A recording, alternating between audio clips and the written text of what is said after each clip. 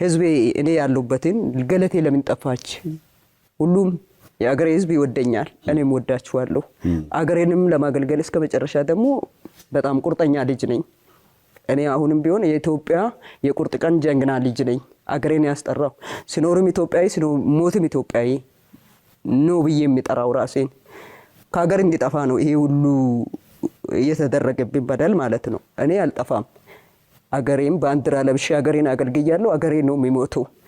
ዛሬ ወደ ሚዲያ የመጣበት አጋጣሚ ቢኖር ህዝቤ ለምን ጠፋች ለምለው ህዝቤ እንዲሰሙኝ።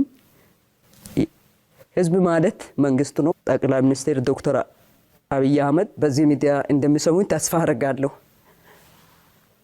በእውነት እየሰሩ ያለው እሳቸው ናቸውና ይሄንን እውነት አይቶ ጎዳናም ትውጣች ልጅ ካሉኝ መልስ እንዲነግሩኝ፣ አይ አትወጣም ካሉኝ መልስ እንዲነግሩኝ ፈልጋለሁ። ምክንያቱም አንድ ሰው አገር አገልግሎ ይሄን ሁሉ አፍርቶ በቅንነት በገዛው ባል ታክዶ እንደገናም ንብረቱ ይሄን ሁሉ በልቼ ጨርሻለሁ በፍርድ ቤት ስል እንግዲህ 4 መኪና 10 ቤት ተበልቶ ያልቃል ካለ ፍርዱን ለኢትዮጵያ ህዝብና ራሱ መንግስት ተዋለው።